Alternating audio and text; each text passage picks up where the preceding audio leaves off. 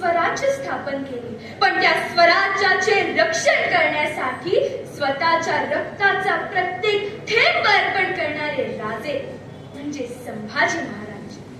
14 मे 1657 रोजी पुरंदर किल्ल्यावर त्यांचा जन्म झाला.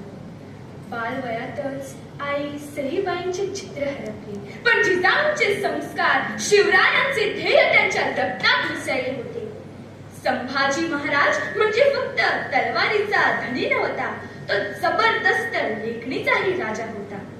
संस्कृत, मराठी, हिंदी, फारसी अशा अनेक भाषांवर त्यांचे प्रभुत्व होते. बुधभूषणसारखा संस्कृत ग्रंथ त्यांनी लिहिला. मित्रांनो, संभाजी महाराज म्हणजे एक वादळ, ज्यांच्या एका हातात तलवार, दुसऱ्या हातात ज्ञान आणि हृदयात स्वराज्य, स्वराज्य आणि फक्त स्वराज्य. हीच होती संभाजी महाराजांची खरी ओळख. मित्रांनो, इतिहास साक्षी आहे, औरंगजेबाने संपूर्ण हिंदुस्थान जिंकला, पण मराठ्यांचा कणा मात्र तो मोडू शकला नाही. का? कारण स्वराज्याच्या सिंहासनावर बसले होते छत्रपती संभाजी महाराज. इसवी सन 1681 ते 1689 या काळात त्यांनी औरंगजेबाला अक्षरशः सोडो की पळो करून सोडले. तब्बल 9 वर्षे त्यांनी मोगल साम्राज्याला एका क्षणाचीही विश्रांती दिली नव्हती. युद्ध त्यांच्या दृष्टीने केवळ लढाई नव्हती, ती होती स्वाभिमानाची पूजा, आई जगदंबेशी ठेवलेली एक निष्ठा.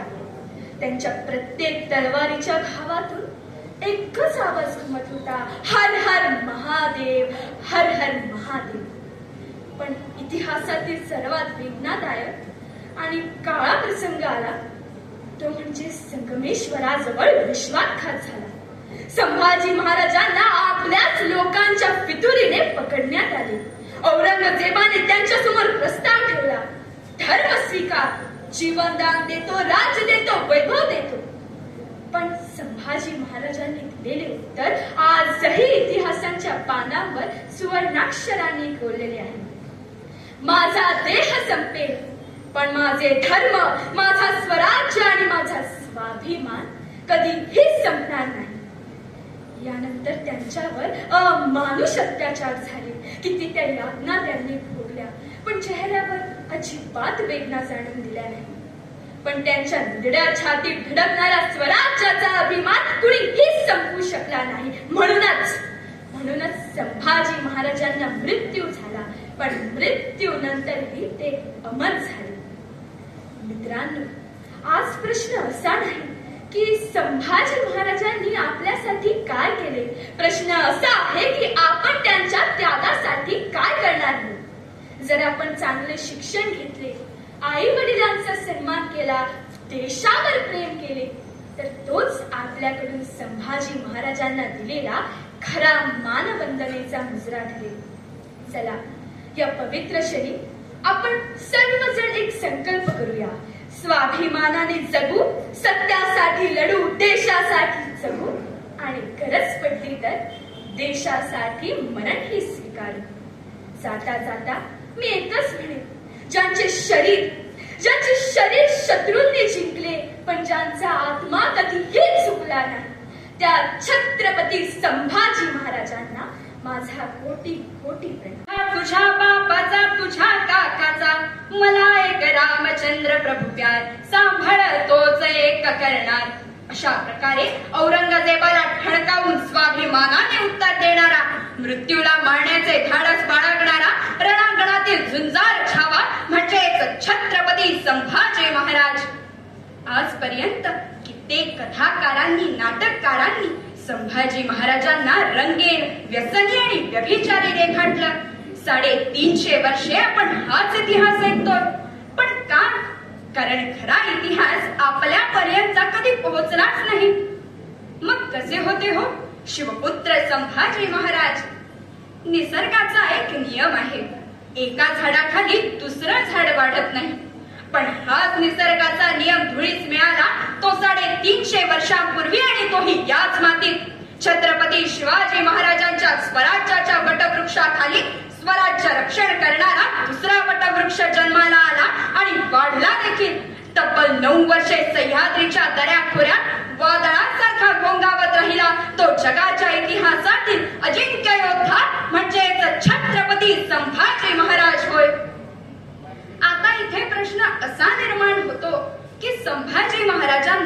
स्वराज्याचा अभिमान असे का म्हणावे?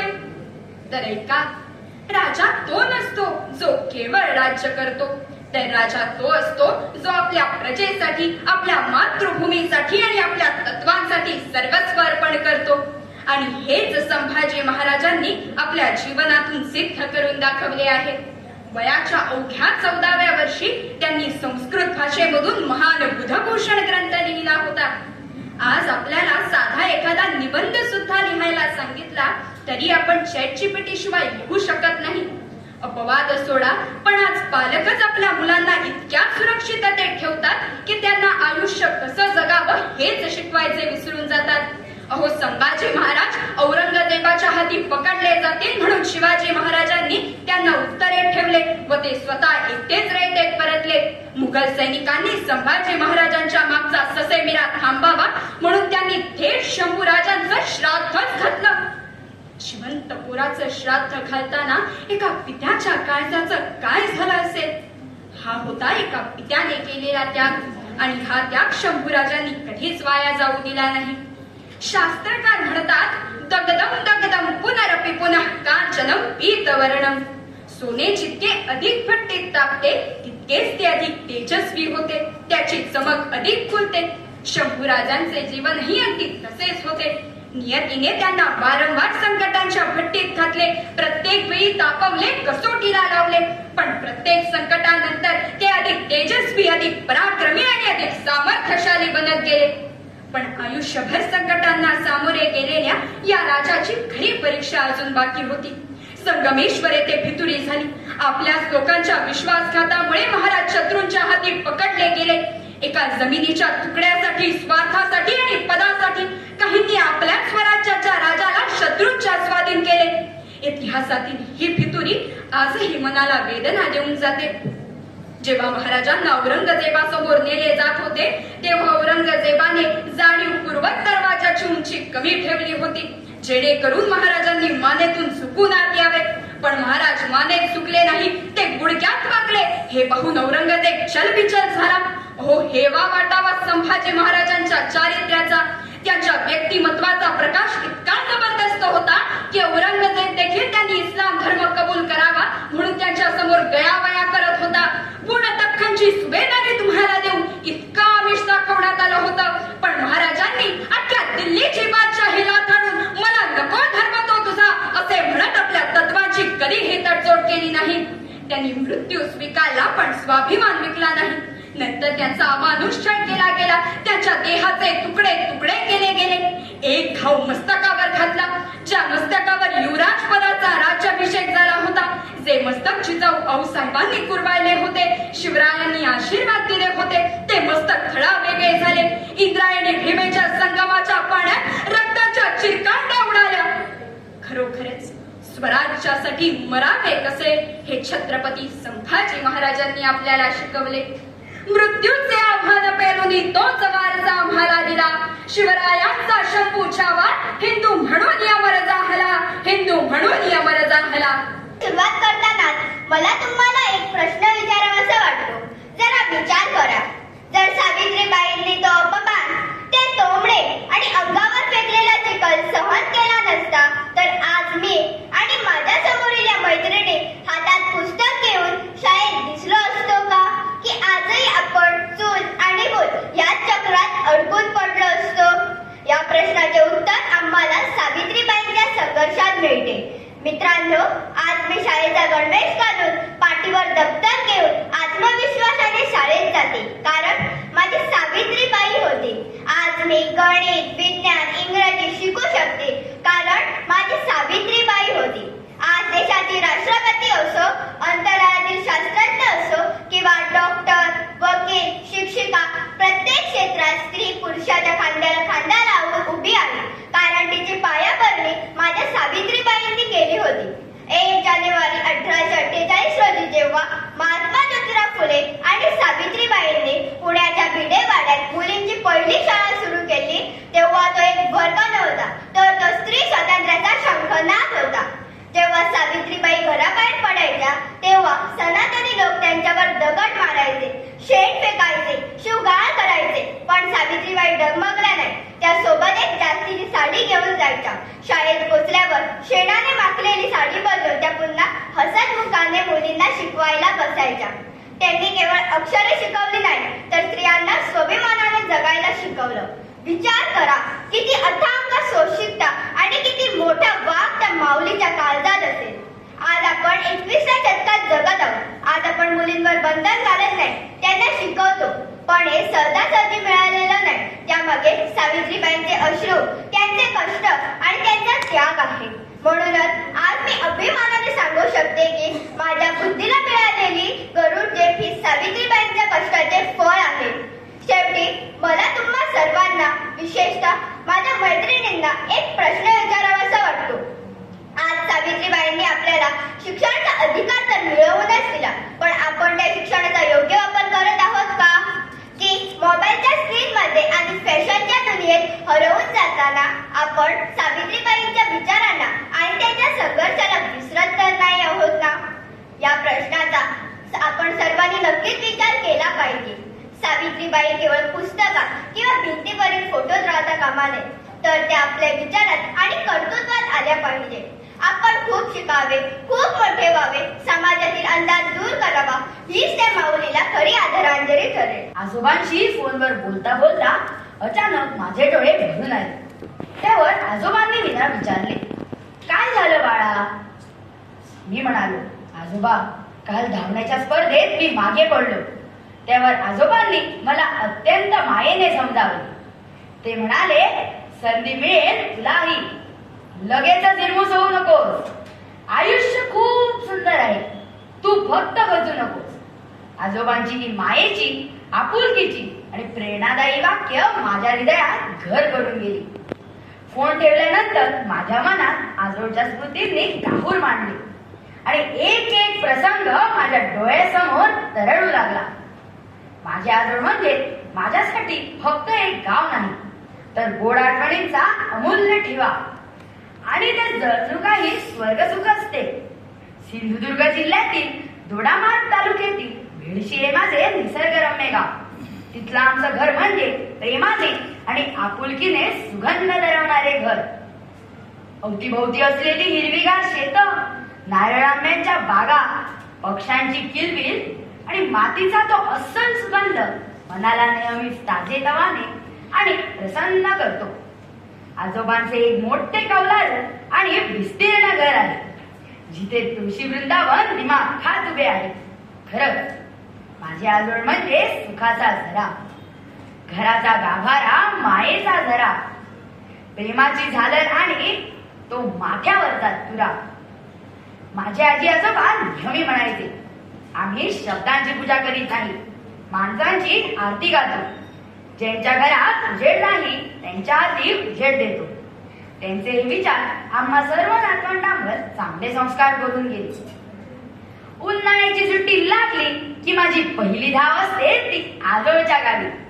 आजोळी पोचल्यावर आजीच्या चेहऱ्यावर येणारे ते सात्विक हसू आणि आजोबांच्या डोळ्यातील कौतुक आजही माझ्या डोळ्यासमोर जशाच्या तसे उभे राहते. आजीच्या हातची चव तर अफाटच. चुलीवर बनवलेली ती भाकरी, मासे, खमंग थालीपीठ, हा आणि तो आंब्याचा रस, या सगळ्या चवी आजही माझ्या जिभेवर रेंगाळतात.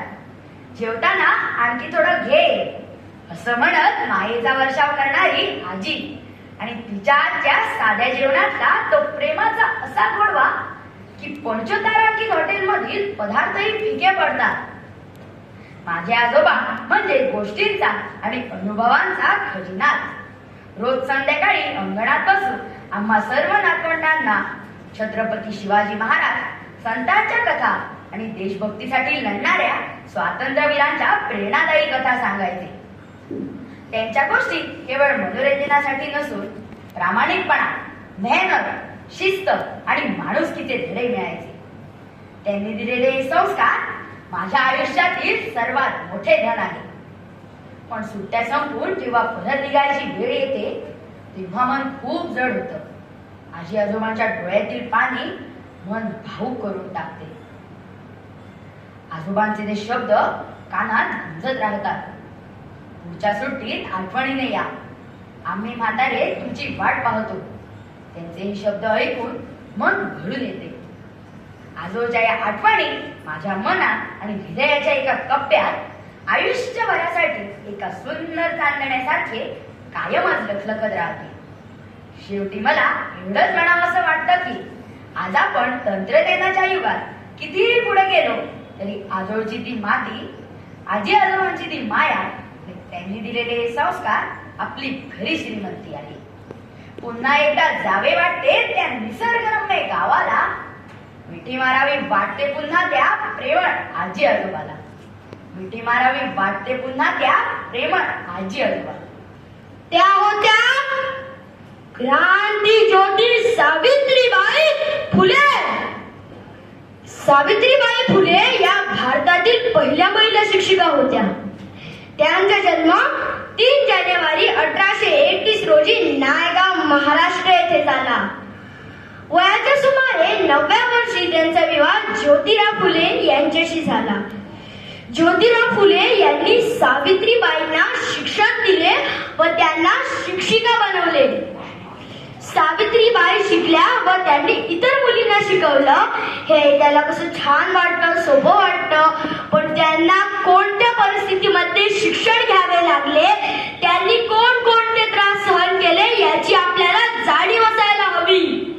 हो, त्या काळात मुलींना जन्माला येणं देखील पाप मानलं जायचं. मुली 9-10 वर्षाच्या झाल्या की त्यांचं लग्न वयस्कर माणसाशी केलं जायचं. मुलींना शिक्षण घेण्याचा हक्कच नव्हता. अशा या धर्मे काळात एका वाघिणीचा जन्म झाला. त्या होत्या क्रांती ज्योती सावित्रीबाई फुले. माझी सावित्रीबाई होती म्हणून आज कित्येक मुली शिकू शकल्या. कित्येक स्त्रिया डॉक्टर, शिक्षिका, पोलीस ऑफिसर आणि इतर शैक्षणिक क्षेत्रात काम करतात. माझी सावित्रीबाई होती म्हणून माझी आई, बहीण व इतर मुली शिकू शकल्या. अनेकांच्या स्वप्नांना पंख मिळाले आणि आत्मविश्वासाने जगण्याची ताकद मिळाली. पूर्वी काळात मुलींना शिक्षण घेण्याचे अधिकारच नव्हता. मुलींना घराच्या 4 भिंतीपलीकडे सुद्धा जाण्याची परवानगी नव्हती.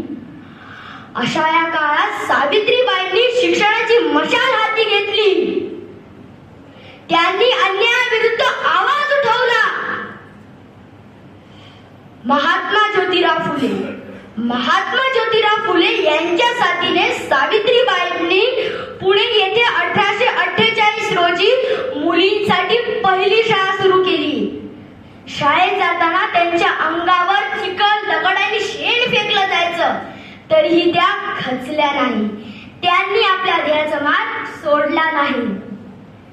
आज प्रत्येक मुली शिकू शकते, आपल्या आवडीचे पुस्तक वाचू शकते, आपला क्षेत्र निवडू शकते. हे सगळं शक्य झालं कारण माझी सावित्रीबाई होती म्हणून. आज प्रत्येक मुलगी डॉक्टर, शिक्षिका, इंजिनियर होण्याचे स्वप्न बघते. आज प्रत्येक क्षेत्रात मुली पुरुषांच्या खांद्याला खांदा लावून काम करतात. हे चित्र सहज निर्माण झाले नाही. यामागे सावित्रीबाईंचे कष्ट, त्याग आणि संघर्ष आहेत. सावित्रीबाईंनी केवळ शिक्षण दिले नाही तर विधवा स्त्रियांसाठी आश्रय निर्माण केले, बालहत्या रोखण्यासाठी प्रयत्न केले आणि अंधश्रद्धा, जातीभेद व अन्यायाविरुद्ध लढा दिला. सावित्रीबाई आणि महात्मा ज्योतिराव फुले यांनी लोकांच्या घराघरात जाऊन त्यांना शिक्षण दिले.